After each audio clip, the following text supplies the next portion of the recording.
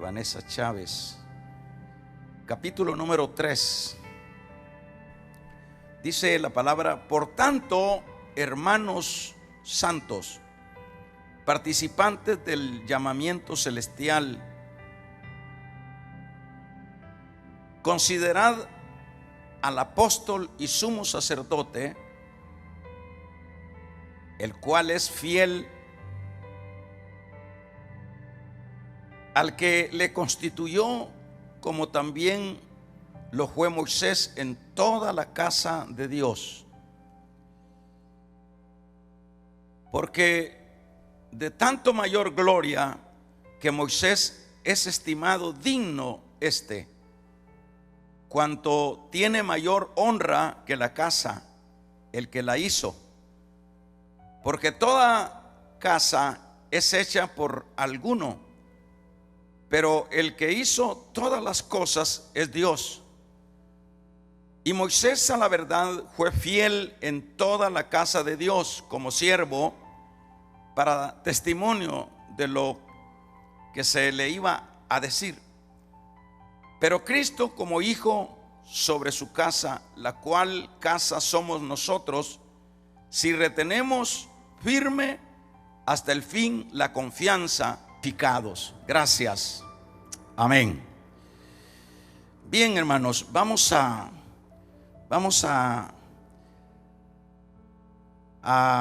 hablar con respecto a la Cristo superior a Moisés. Ese es el tema que vamos a desarrollar en esta ocasión. No quiero dejar de encronizar cuál es el sentido o la razón de la carta a los hebreos.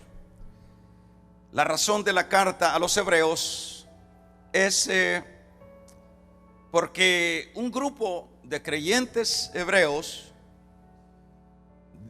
dadas las circunstancias duras, persecuciones, sin duda, ellos tuvieron como una duda con respecto a la fe que ellos habían abrazado. Tuvieron esa duda por el hecho de que en sus dificultades que estaban pasando por causa de su fe, no aparecía Cristo. Es decir, que ellos tenían la idea que Cristo volvería luego de que se había levantado en las nubes del cielo. Ese sentir siempre prevaleció, e incluso decíamos que hasta el mismo apóstol Pablo, cuando habla a los tesalonicenses, el apóstol también se echa en cuenta él. Y nosotros que vivimos, dijo, es decir, todos tenían esa idea. Casi era difícil para ellos el poder pensar que pasarían siglos para que la venida del Señor se diera. Y eso es lo que en este particular está sucediendo. Pero vemos en esta carta el amor de Dios para con los que están confundidos, por los que han perdido lo que es la objetividad de su meta, y se les envía entonces lo que es la carta a los hebreos. Esa es la razón de la carta a los hebreos. Los judíos cristianos de este entonces, un grupo, decíamos, no sabemos en qué lugar, y por lo general todos los judíos siempre tenían un alto concepto, decíamos, de lo que eran los ángeles. Y en este caso era porque se lee en Deuteronomio, se lee en Hechos también, que Esteban estuvo haciendo mención que la ley había venido por medio de los ángeles. Es decir, los ángeles eran los que estaban sirviendo cuando el Señor estaba distribuyendo la ley en el Sinaí. Pero para los judíos esto era como un asunto de admirar a los ángeles, porque es más, ellos tenían muchas visitaciones de ángeles, y ese concepto era tremendamente muy elevado. Y en este trasfondo de los judíos cristianos hebreos, en este trasfondo es a donde ellos dicen, como diría, yo lo estaría imaginando de esta manera, como diríamos: entonces, ¿por qué dejamos nosotros la ley que nos dieron los ángeles por seguir a Cristo? Y Cristo no ha venido y estamos en estas circunstancias. ¿Por qué entonces mejor no regresar a nuestra creencia, a nuestra ley, a nuestros ritos, a nuestras costumbres que nos dejó Moisés? Esa es la actitud que ellos toman, y es acá donde el escritor va a sentar su tesis fuertemente en verdades que necesitan conocer los hebreos cristianos de este entonces. Y decíamos que lo primero, por ejemplo, en el capítulo número 1 les hace ver quién es Cristo al que ellos quieren dejar.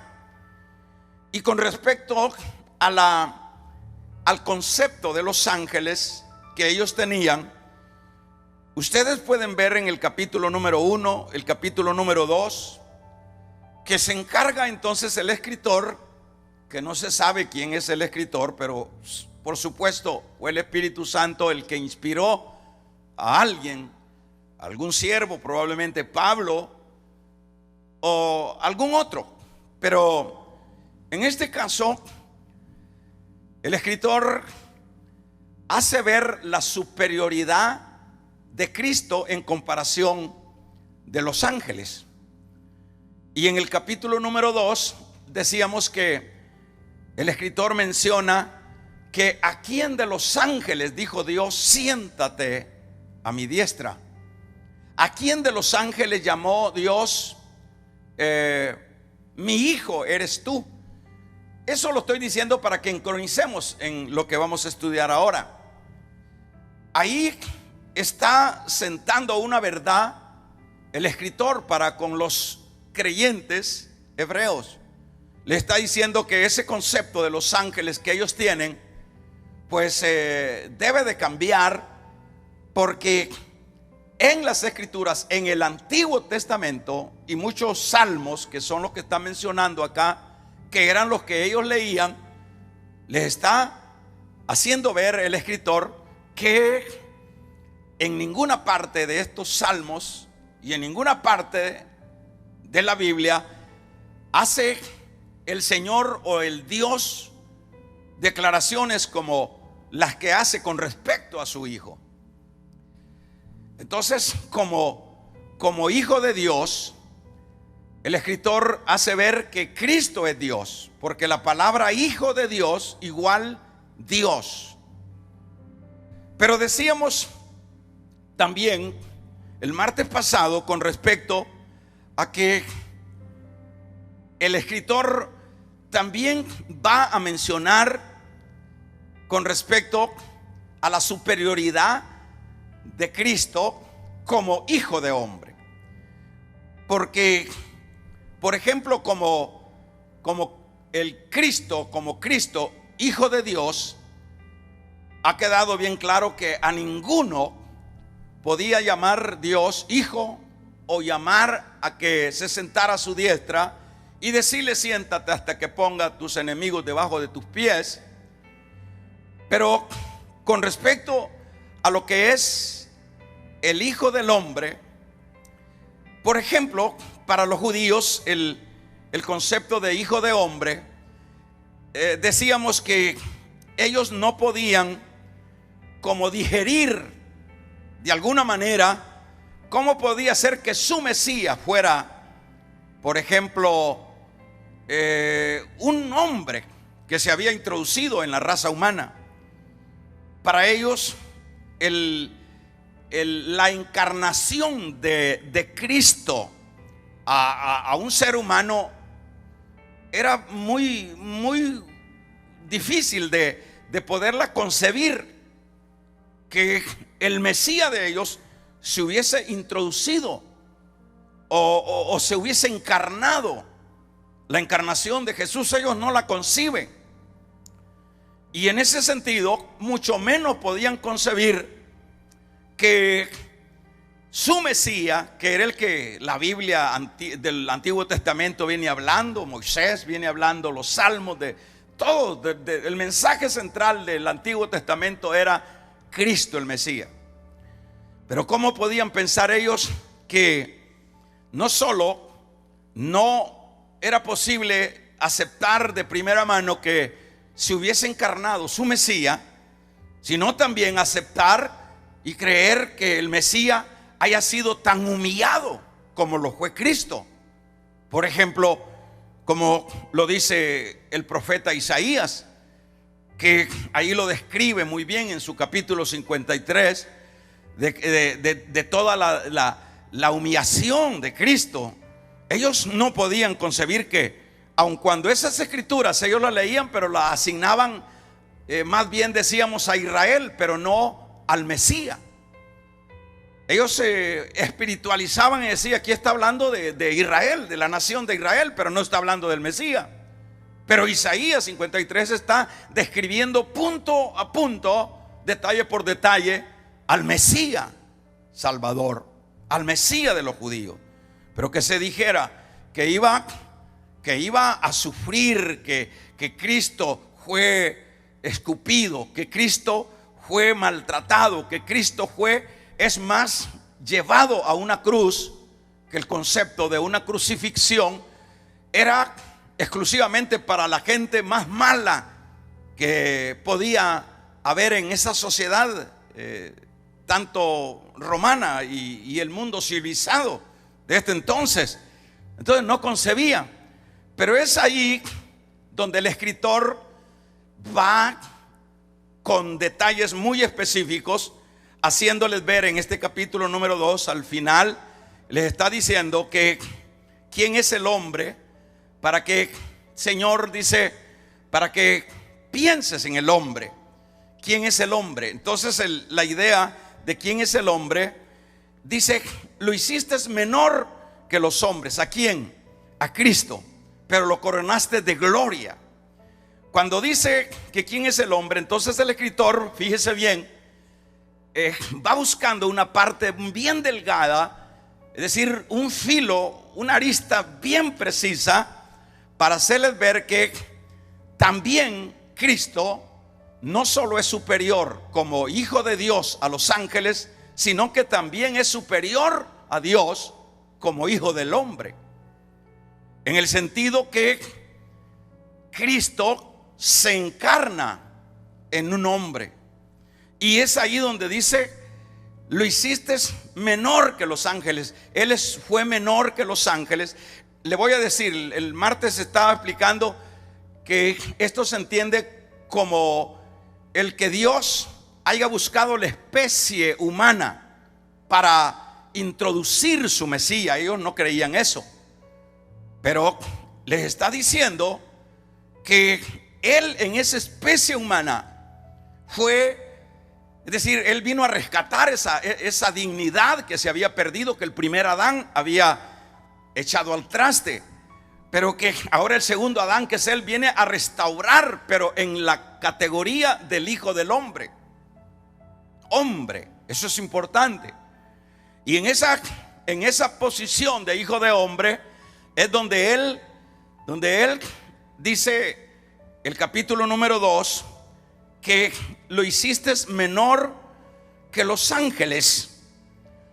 Él lo hizo menor, pero ¿en qué sentido lo hizo menor? Lo hizo menor porque en ese caso era menor que los ángeles por estar en un cuerpo humano. Pero fue solamente por 33 años y medio esa humillación de ser un hombre humano. Lo hizo por 33 años y medio, fue eso, pero después dice que Él murió, resucitó y fue coronado de gloria. Entonces en la línea del Hijo del Hombre les dejó claro en este capítulo 2 el escritor, o Dios por medio del escritor, que Jesús también es superior como el Hijo del Hombre, porque fue coronado de gloria. Porque dice, ¿a quién de los ángeles, a quién Dios delega? Dice el escritor, ¿a quién delega el mundo venidero? No se lo va a delegar a los ángeles, se lo va a delegar, está hablando del milenio, se lo va a delegar al Hijo del Hombre. Entonces el Hijo del Hombre va a gobernar en el periodo del milenio. Y es tan maravilloso esto, que es un hecho que no vamos a pensar que ese gobierno milenial va a ser un gobierno para entenderlo en un sentido espiritual. Va a ser literal, donde también esos hombres que fueron rescatados por su gracia, Él les otorga la dignidad de llamarlos sus hermanos. Vea cómo rescata la condición del hombre el segundo Adán. Les llama, dice, sus hermanos, y le dice: Padre, esos son mis hermanos con quien voy a compartir mis alabanzas. Y esos que son rescatados, esos hombres, que en este caso pues es la iglesia, esos hombres, fíjense bien, cuando estuvieron degradados por causa del primer Adán, esos hombres van a ser los que van a gobernar con el Hijo del Hombre en lo que es el periodo del milenio. ¿Qué quiere decir eso? Hermanos, explíqueme, dirá alguien, así como lo oye. Pero no es una cosa espiritual eso, es una cosa literal. Es una cosa donde Cristo, cuando en su segunda venida, Él pone los pies en el monte de los olivos, es ahí donde se genera pues el fin de lo que es el periodo de la gran tribulación, y empieza y se le da lo que es el paso al periodo de los 1000 años, donde dice la Biblia que Él gobernará literalmente en Jerusalén. Las naciones, durante ese periodo de 1000 años, el diablo es apresado y hay paz en la tierra, porque aquí el problema que tenemos, el problema es el diablo. El diablo sonsaca al hombre, el diablo destruye al hombre, pero es en ese caso cuando este diablo es apresado y puesto en una cárcel, puesto en una condición de prisionero, para que se desarrolle lo que es el periodo de los 1000 años. Pero en esos 1000 años Él va a estar gobernando literalmente. Y dice la Biblia que vendrán todas las naciones a Jerusalén, vendrán a adorar a Jerusalén. Todas las naciones, es decir, que las naciones van a seguir. Por eso es que el concepto del fin del mundo es un poco mal expresado, porque el fin del mundo todavía no es. El fin del mundo va a ser hasta después del milenio. Hasta entonces es que ya viene, cuando sueltan al diablo al final del milenio, lo suelta Dios y empieza a revolucionar las naciones otra vez. Y es ahí donde baja fuego del cielo y pasamos a lo que es la eternidad. Pero, por ejemplo, en todo ese periodo, ¿quiénes son los que van a estar gobernando con el Señor? Es la iglesia, los hombres que fueron rescatados. Mire cómo ama Dios al hombre. Por eso es que Él lo hizo, se le llama la corona de la creación. De todo lo que hizo Dios en su creación, el hombre es algo especial para Él, porque el hombre no lo hizo en el sentido de decir hágase el hombre. Al hombre lo hizo con sus manos. lo talló con sus manos, le puso esta orejita así un poco rara, le puso todos los detalles. Y después que tenía ya el muñequito hecho, le dio soplo de vida y le dijo: juzgarás la tierra. Y le dio autoridad, es decir, lo puso como mayordomo de la tierra. Y mientras este hombre primero no se había corrompido, este hombre estaba feliz, estaba bendecido. Pero como eso era especial para Dios, esa creación de ese hombre, pero el hombre cayó en la desgracia de la muerte, del pecado. Ahora es tanto su amor que viene el segundo Adán y lo recoge, haciéndose hombre él, y ahora gobierna con los hombres en ese milenio. ¿Cuántos alaban el nombre del Señor? ¿Se da cuenta? Entonces entramos, por ejemplo, entra ese periodo donde vamos a estar. Dice Pablo a los Corintios: ¿por qué viven peleando ustedes? Dice: ¿no sabéis que ustedes juzgarán a los ángeles? Los ángeles, dicho de otra manera, está diciendo el Señor dentro de su palabra que solo son servidores. Esos son, los ángeles siempre han sido servidores de Dios, y es más, servidores de los hombres. Es decir, los ángeles nos asisten a nosotros. Por ejemplo, dice: el ángel de Jehová acampa alrededor. ¿Para qué anda el ángel ahí? Para asistirnos. ¿Usted cree que no nos matara 20 veces en un segundo el diablo a nosotros si estuviéramos desprotegidos? Pero los ángeles andan con nosotros, los ángeles caminan con nosotros. Dios allá está siempre, aparte el Espíritu Santo que anda con nosotros y nos guía a toda justicia y a toda verdad. Esa es una maravilla, cómo Dios rescata el género humano por medio de su Hijo, haciéndolo hombre. Entonces, hermanos hebreos, estaría diciendo el escritor: pues no se emocionen, no enarbolen los ángeles, porque los ángeles solo son servidores.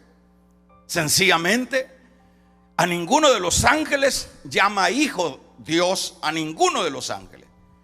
Decíamos que en Job, sí, allá aparece, hermano, los hijos de Dios se presentaron, pero esos son expresiones como diríamos expresiones colectivas, no son expresiones particulares.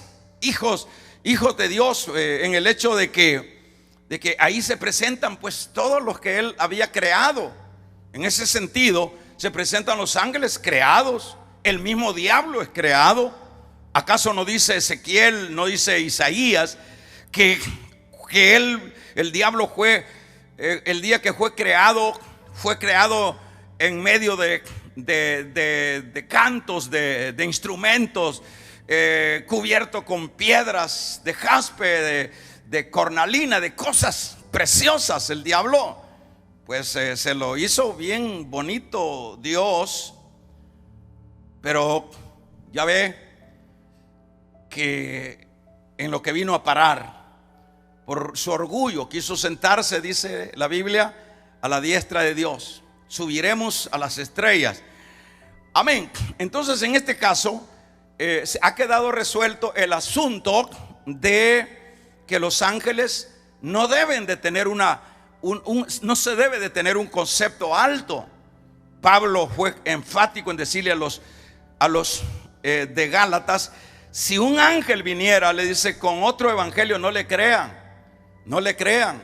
Los ángeles siempre han sido servidores, y bendito Dios porque nos ha dejado a los ángeles como servidores. Claro, son poderosos, mucho más que un hombre, porque tienen poder extraordinario, pero ellos, en el campo humano, nosotros somos vulnerables, nosotros somos débiles, nosotros somos mortales en el campo natural. Pero cuando el Señor, el Hijo del Hombre, ha restituido al hombre caído, lo ha glorificado. Es decir, le ha puesto un cuerpo que ya no no tiene debilidades, que es un cuerpo que está hecho para las esferas espirituales de gloria. Ahora, fíjese que seguimos avanzando y yo voy a terminar luego. Por ejemplo, en este capítulo número 3, el escritor sigue avanzando. Ahora deja a los ángeles y sigue con Moisés. ¿Y por qué es que sigue con Moisés? Fíjese bien. Por tanto, hermanos, dice, santos, les llama santos. Les llama santos. Los verdaderos creyentes son santos. Es decir, no es el bulto el santo, pero mire, así entra en el capítulo número 3. Así que los creyentes son verdaderos santos en cuanto a posición, y deberíamos de ser santos en cuanto a la práctica, es decir, posición de santo, y deberíamos de ser santos que practican la santidad. Esa es la manera como vemos acá en este capítulo. Y dice, por tanto, hermanos santos. ¿A quién le dice? A los hebreos. A los hebreos que quieren volver a la ley. A los hebreos que no han visto que Cristo venga en el momento de la prueba. Entonces se desaniman y quieren ley y dicen, no, ¿por qué vamos a dejar la herencia de nuestros padres, la ley, los ángeles y todo eso? Y Moisés, pues para que sepan además que los ángeles solo son servidores y que Cristo es superior como hijo de Dios a los ángeles, y como hijo de hombres también es superior a los ángeles. Quiero decirles, dice, santos, participantes del llamamiento celestial, considerar al apóstol y sumo sacerdote de nuestra profesión, como aquí lo presenta el Señor en el escritor en este capítulo 3, como apóstol. ¿Qué significa apóstol? Lo están poniendo acá como el apóstol que representa a Dios delante de nosotros. Eso porque apóstol la palabra apóstol significa enviado. Entonces él viene de parte de Dios eso es lo que vemos acá, como apóstol. Y el apóstol es el que representa a Dios delante de nosotros. Entonces viene Cristo a representar a Dios como apóstol delante de nosotros. Y a continuación dice además, y sumo sacerdote. Fíjese bien, y sumo sacerdote. Por ejemplo, al hablar en este caso como sumo sacerdote, al confesarlo como sumo sacerdote, lo que significa es que el Cristo, es decir, él o Cristo es el que intercede por los hombres, salvos por supuesto, delante del Padre. Por eso es que así entra este primer versículo. Al fiel, dice, el cual es fiel al que le constituyó. ¿Quién lo constituyó? Lo constituyó el Padre, como también lo fue Moisés. Bueno, aquí es donde vamos a entrar. Vamos a ver, como el propósito acá es que el concepto que ellos tienen de Moisés también, no solo de los ángeles, es elevado. Es tremendamente elevado. Moisés, en este caso, fue fiel en toda la casa del antiguo pueblo terrenal. Eso pues es así. Vamos a ir detallando qué era Moisés en el campo de su función. ¿Qué era Moisés? Moisés fue fiel en toda la casa en el antiguo pueblo terrenal, es decir, en Israel. Él fue fiel en esa casa. Casa se le llama a la nación, casa se le llama a esos escogidos de Dios. En este caso eran los judíos, o serán los judíos. Vamos a ver entonces, vamos a ver un detalle primero. Les está diciendo en este caso, a continuación, el escritor está terminando la semejanza de todos los otros aspectos que mencionábamos, y primero les está diciendo, dice en este último detalle, que el Señor o Jesús es digno de mucho mayor gloria que Moisés. ¿Por qué es digno de mucha mayor gloria que Moisés? ¿Por qué? Porque quien edifica la casa tiene mayor honra que la misma casa.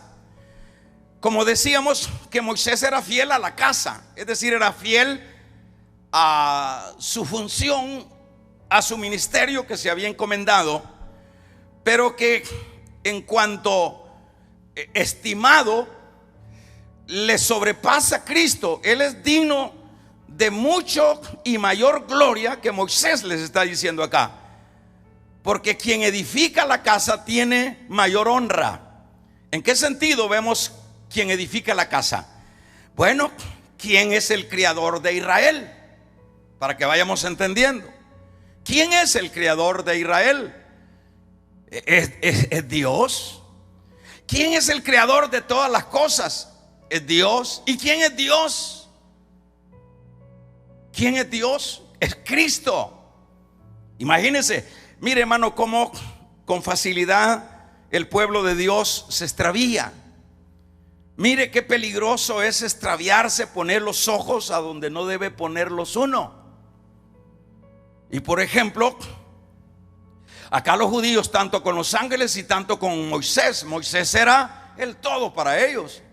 Moisés era la última palabra para ellos, como el siervo de Dios, pero no Jesús.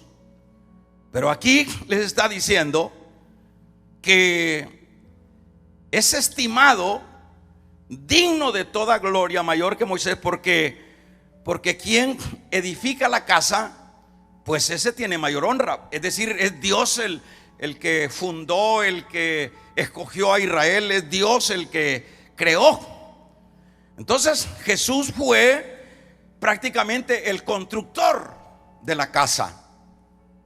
Estoy hablando de la casa, decíamos, de esa estirpe judía.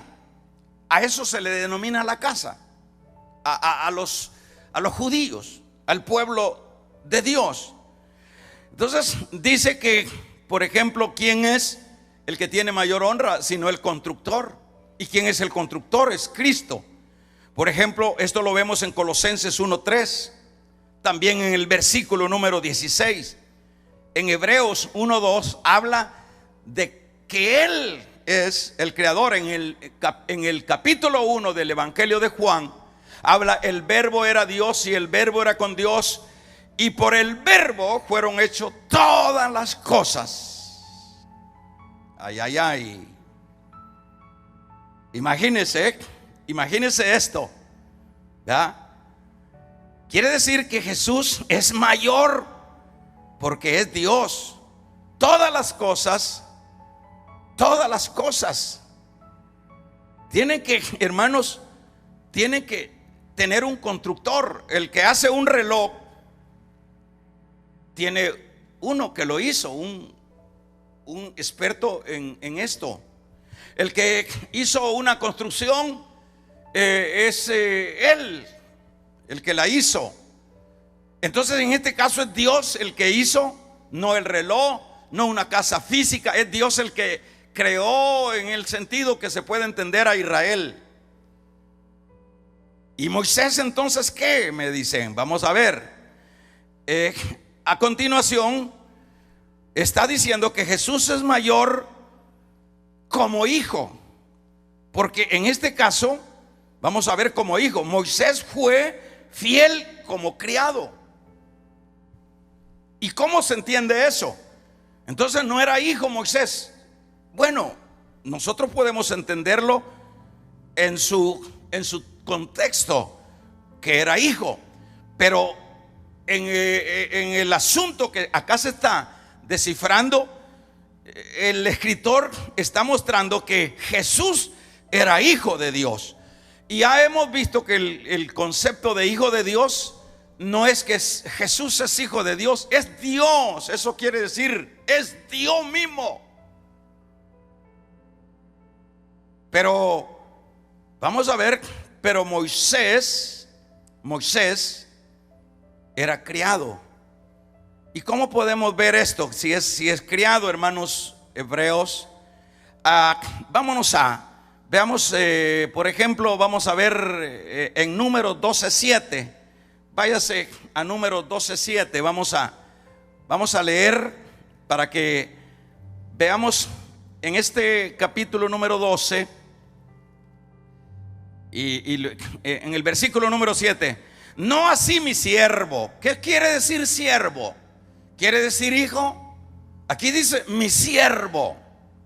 Versículo número 7. No así mi siervo Moisés, que es fiel en todo, ¿qué dice?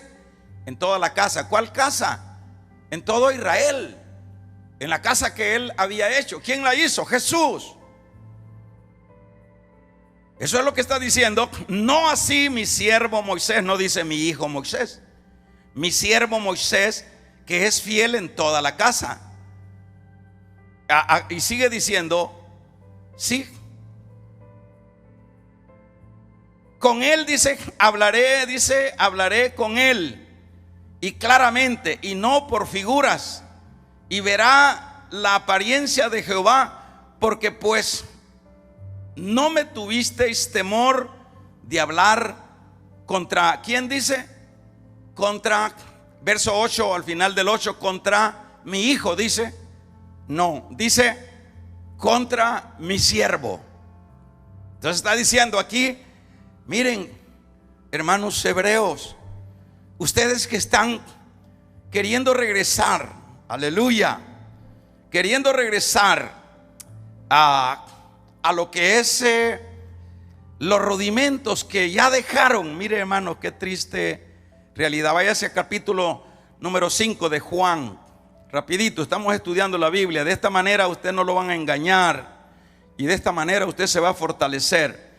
En el capítulo número 5, verso 46, en este versículo número 46 dice, porque si creyeres, les está diciendo a los judíos fariseos el Señor, si creyeres a Moisés, me creerías a mí, porque de mí, ¿qué dice? De mí escribió él. Es decir, que Moisés, hermano, mire cómo lo habían dimensionado estos hermanos. Lo habían dimensionado que era el todo Moisés para ellos. Pero aquí les dice Jesús, oigan, fíjense que porque si me creyereis, si creyeres a Moisés, si es verdad que siguen a Moisés, me creerían a mí, les dice, porque Moisés, todo el Antiguo Testamento, en todas las áreas, lo que se habla, el tema central del Antiguo Testamento es Jesús, el Mesías, el Mesías. Moisés habló del Mesías, habló del Mesías. Él nunca estuvo buscando protagonismo, es decir, Moisés. Damos un amén. 24-27 de Lucas, cuando habla de los que van camino a Emaús, ahí les habla en este capítulo número 24, para que vayamos cerrando ya. Use ahí su raye ahí, porque es importante. En el versículo número 27 dice, y comenzando desde cuando, dice, desde Moisés, y siguiendo por todos los profetas, les declaraba en todas las escrituras lo que de él decían. Bueno, entonces a Moisés lo están elevando tanto, y Moisés era un pregonero, era un siervo nada más. Gloria a Dios. ¿Cuántos damos un gloria a Dios? Cristo fue fiel en la casa de Dios como hijo y no como siervo. Ahora, con lo cual vamos a finalizar es lo siguiente. Fíjese bien, en este versículo, vamos a ver, en este versículo número 6, vamos a irnos de regreso a Hebreos, capítulo número 6, del 3, capítulo 3. Dice, pero Cristo como hijo sobre su casa, es decir, no como siervo. Los que están dándole más énfasis a Moisés, al siervo, que al hijo. Es increíble, pero Cristo como hijo sobre la casa, la cual casa somos nosotros. Ajá, vamos a ver. Acá está dando la explicación siguiente, que esto lo que significa es, en lo actual, que la casa de Dios era Israel. Pero como aquí ya está hablando a los nuevos testamentarios, está diciendo la casa de Dios somos nosotros. Ajá. Entonces, en este sentido, se compone la casa de Dios de todos los verdaderos cristianos hoy en día. La casa de Dios ya en este caso ya está como acercándose aún más a ellos mismos en el sentido de su conducta. La casa de Dios le está diciendo, en este caso, en este particular de la gracia de nosotros como cristianos, la casa de Dios somos los verdaderos cristianos.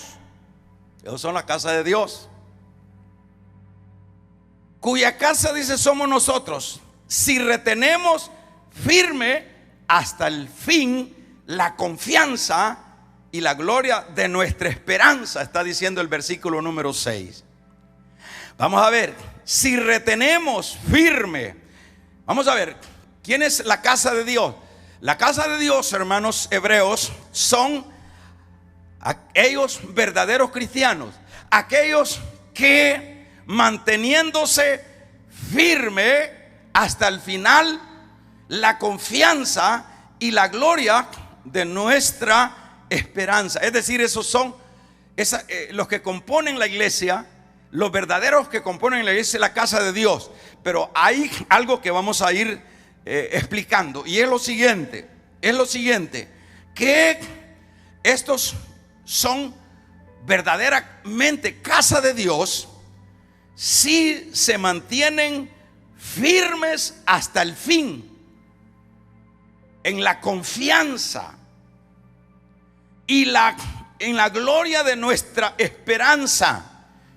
Vamos a ver, la única manera de que una persona pueda corroborar que es parte de la casa de Dios, que pertenece a la casa de Dios, eso es lo que dice el Señor cuando dice que Cristo es la cabeza y su iglesia es su cuerpo. Entonces, ¿quiénes son los que pertenecen o los que son parte, los que hacen la casa de Dios? Los que se mantienen firmes hasta el fin de la confianza y la gloria de nuestra esperanza. Esos son los que sí pertenecen a la casa de Dios. Vaya, póngale atención. ¿A quién se está refiriendo? El escritor se está refiriendo a unos que ya no quieren estar firmes. Se está refiriendo a unos que ya perdieron la esperanza. Se está refiriendo a unos que están dando paso atrás. Mire qué lindo es Dios, cómo los está enmarcando, los está arrinconando. Gloria a Jesús. Eso es. Pero Cristo como hijo sobre la casa, sobre su iglesia, la cual casa somos nosotros, si retenemos firme hasta el fin la confianza y el gloriarnos en la esperanza. Si nos mantenemos firmes, si nos mantenemos firmes, esto es poderoso. Si nos mantenemos firmes hasta el fin en la confianza de la gloria de la esperanza. Si nos mantenemos firmes, hermanos hebreos. Si ustedes van para atrás, entonces no son casa de Dios. Entonces no pertenecen a la casa de Dios. ¿Cómo sentirían los hebreos cuando están leyendo esta carta que les llegó, por supuesto? ¿Cómo se sentirían? Entonces esto quiere decir, hermanos, que dirá alguien que la salvación, fíjese que da para eso, que la salvación entonces es por esfuerzo humano, porque se da ese versículo 6 para pensar, sobre todo aquellos que piensan de esa manera. Y dice, entonces se da la idea de que tiene que ser perseverante el creyente, tiene que echar mano a sus habilidades el creyente para mantenerse firme, tiene que luchar el creyente para poder ser casa de Dios. Es decir, esa es la idea. Es como que en este caso como que estaríamos entrando como a la idea de que es por obras, pero lo vamos a aclarar al final. Esto no es un asunto, hermanos, de méritos. Acuérdese que le voy a decir lo siguiente. En este caso, el cristiano debe de estar bien claro. Debe de estar bien claro que ninguno de nosotros, ningún cristiano buscó a Dios. Ningún cristiano ha buscado a Dios. Pero hermano, yo lo busqué. ¿Cómo lo buscó usted?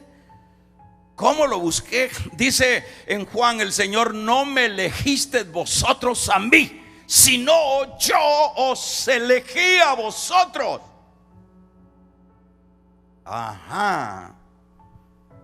Entonces es el hombre, entonces es Dios el que elige. Así dice la Biblia. Entonces no es el hombre que elige la salvación. ¿Acaso no dice Efesios en su capítulo número 2? El hombre muerto en sus delitos y en sus pecados. ¿Puede un muerto buscar a Dios? ¿Puede una persona revolcada y muerta en el pecado tener alguna luz de Dios? No se puede, no se puede. El muerto está muerto. Entonces es Dios que llega a la sepultura de Lázaro y resucita al muerto. Lucas, capítulo que ahora se publicaba, capítulo 19, dice: Él vino a buscar y a salvar lo que estaba perdido. Él vino a buscar y a salvar lo que estaba perdido. Entonces es Él el que busca al hombre. Dejó las 99, dejó y fue a buscar la que estaba en el fango, la que estaba perdida, la que no tenía esperanza.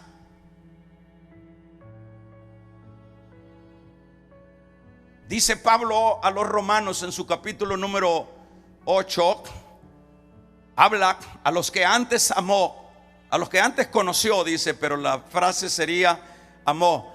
A esos los predestinó, y a los que predestinó los santificó, los glorificó. Ese es un proceso de Dios. Por eso es que también a continuación dice: ¿quién nos separará del amor de Dios? Porque este asunto de la salvación no es un antojo mío, señores. Este es el propósito de Dios. Ninguno puede venir a mí si el Padre no lo enviara a mí, dijo el Señor. Juan 10, mis ovejas. Quiere decir que hay quien no oye, sí, pero son mis ovejas. Ellas oyen y me siguen. ¿Por qué dije todo esto? Para que no confundamos el versículo que está diciendo: el que se mantenga firme. Ahora voy a explicar, con esto finalizo, cómo es que se entiende, entonces se explica este versículo. Por ejemplo, este es en el sentido de la palabra es que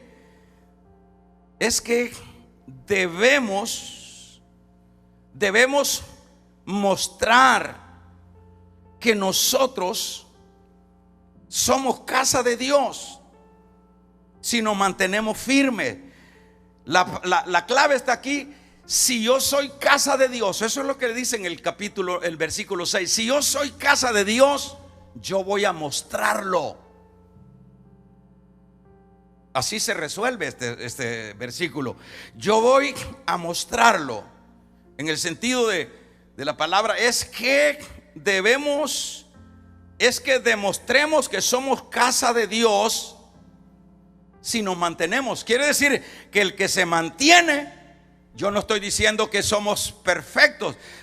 Juan mismo dijo: hijitos, si alguno ha pecado, abogado. Es decir, el que es casa de Dios va a tener sin duda algunos tropiezos, va a caer en algunos momentos, muchas veces por su descuido, pero ese dice se levanta, ese porque él sabe que es casa de Dios, y ese entonces está mostrando que sí es casa de Dios. ¿Por qué lo muestra? Porque él quiere lo de Dios. Fue golpeado, pero dijo, como Pablo decía, como vencido, como golpeado, pero no vencido. Ellos siempre toman una decisión y una actitud de levantamiento. Eso es otra cosa. Entonces, el sentido de este versículo es demostrar, hebreos, que somos casa de Dios. Y entonces esos que van para atrás, esos que por cualquier cosa dejan al Cristo, al que dijeron que amaba, que por cualquier cosa lo dejan. Mire qué ironía.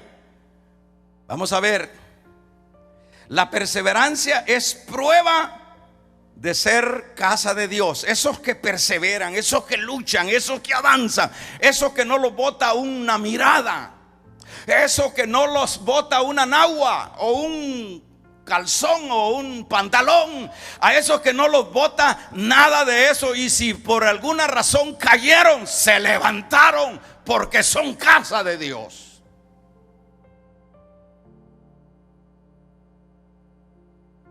Esa es la diferencia. La perseverancia es prueba que son casa de Dios. Ahora, los que pierden la confianza, y este libro de los Hebreos nos va a enseñar mucho si le damos seguimiento.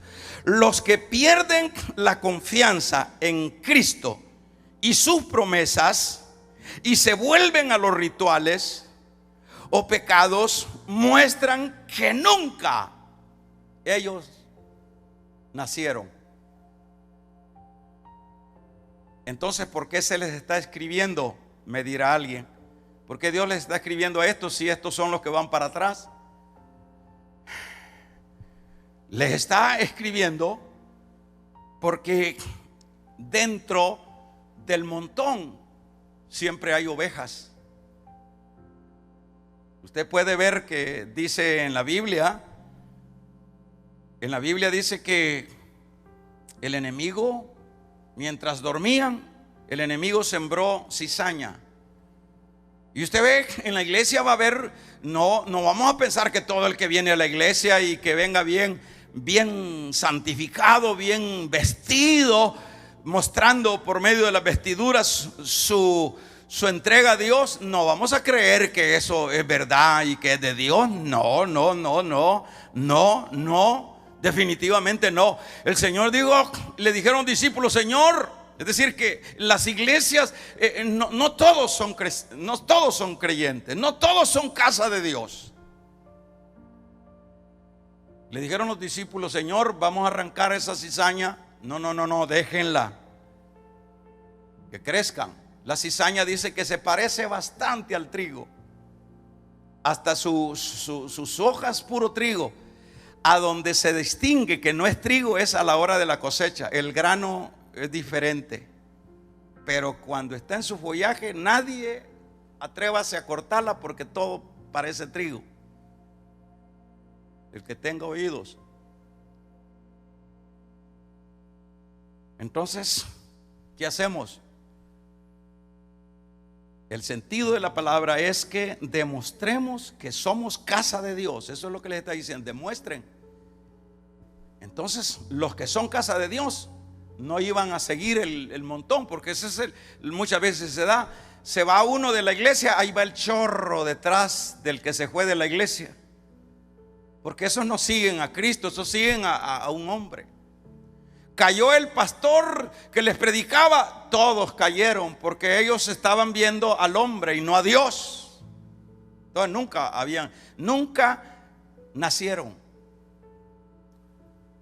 Sus ovejas están agotadas, están preocupadas, están afligidas, pero dice: yo soy casa de Dios, yo me voy a mantener porque yo soy casa de Dios. Dios me va a ayudar, Dios me va a ayudar a perseverar. No soy yo el que voy a pelear esa batalla, es Dios que me va a ayudar. Y es Dios el que nos ayuda, hermano. Yo le aseguro que si Dios nos dejara un par de minutos solo, usted luego vuelve al fango. Pero es Dios el que persevera con nosotros, con la casa de Dios. Así que, hermanos hebreos, Jesús, el que ustedes creen que es un hombre, es mayor que Moisés. Qué lindo tener a ese Cristo, el que tiene usted, si es que lo tiene.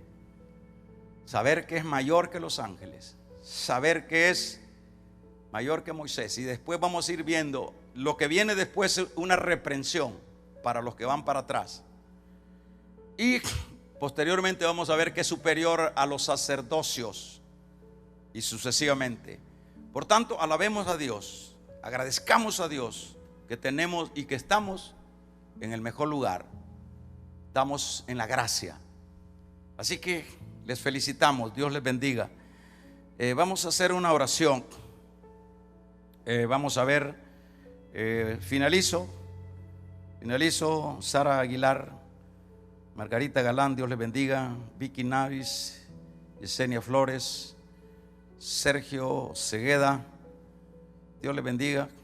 Aníbal García, Erlinda Reyes, Dios les bendiga. Gertrudis, Dios les bendiga.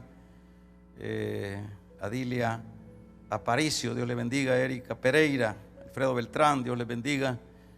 Qué bueno, hermanos, que podemos estar. Jessica Flores, que podemos estar. La familia Guardado, María Escobar, Dios les bendiga. María Marroquín, María Ortega, Manuel Hernández, Alice López, Martina Torres, Luis Miguel, Yader Ricardo Flores, Dios les bendiga. Félix Soriano, Ulises López, Rubén Doñán, todos estos hermanos, no tengo tiempo de mencionar su nombre. Linda Reyes, Dios les bendiga. Es una bendición que podamos estar. Dalila Marina Sánchez, Ana Yancy Palacio, Lucía Palacio, Doris Julio Ópico, Roxana Maya, Yesenia Pérez Sánchez, Misión Evangélica El Remanente de Guatemala. Gloria a Dios, Dios les bendiga, hermanos en Guatemala. Gabriel Enríquez Morales, adelante, así que no hay tiempo. Max Sanabria, Elizabeth Flores, Teófilo, Lax, no hay tiempo de dar paso atrás, no hay tiempo. Entonces, ¿qué hacemos? Demostremos que somos casa de Dios, demostremos que sí lo somos. ¿Y cómo lo vamos a demostrar? Manteniéndonos firmes, luchando en las buenas y en las malas. Esto es lo importante. Vamos a orar. Padre, te damos gracias por tu bondad, por tu misericordia. Te agradecemos, Dios, porque hasta este momento tú nos has permitido la vida, nos has permitido el estar firme, el estar gozando de tus glorias, de tu guianza, de tus cuidados. Bendiga a su pueblo, aquellos que están afligidos, aquellos que están como con un sentir de dar paso atrás. Dios amado, si ellos son casa tuya, que lo demuestren en las buenas y en las malas, que podamos seguir hacia adelante, Señor amado, siguiendo cada una de tus enseñanzas. Bendice a los hermanos que están en todo